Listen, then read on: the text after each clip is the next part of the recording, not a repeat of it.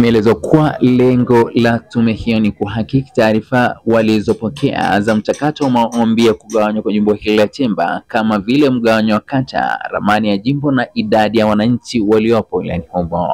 Mwenyekiti wa Tume Huru ya Uchaguzi Taifa, Jaji Jacob Mwambegele, akatumia fursa hiyo kumhoji Katibu Tawala wa Mkoa wa Dodoma, Kaspai Mmuya, hatua na mchakato wa maombi hayo yalivyowasilishwa.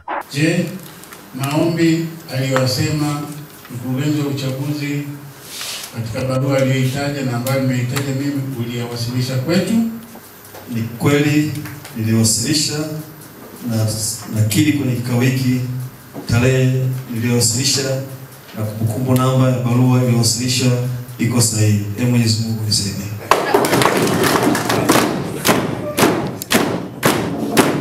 Nawauliza wadau wote, je, maombi haya yaliyowasilishwa kwetu yalifuata vikao vyote vya kisheria?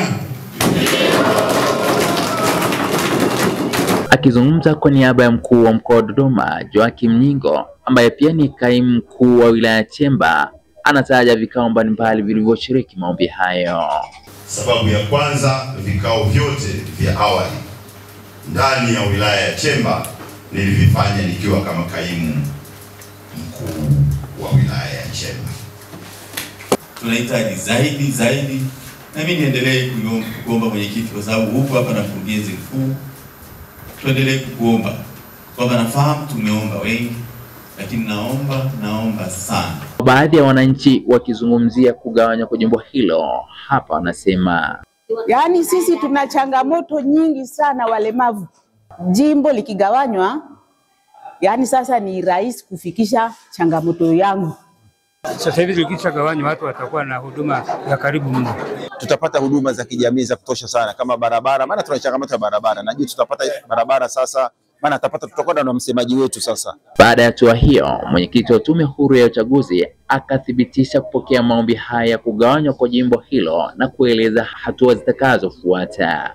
Baada ya kufanyika kwa kikao hiki leo, haina maana kwamba ombi lenu limekubaliwa, bali tume leo hapa imetimiza matakwa yake ya kanuni ya 18 ya kanuni za Tume Huru ya Taifa ya Uchaguzi kwa mwaka 2024 cha kutembelea majimbo yaliyoomba kugawanywa au kubadilisha majina.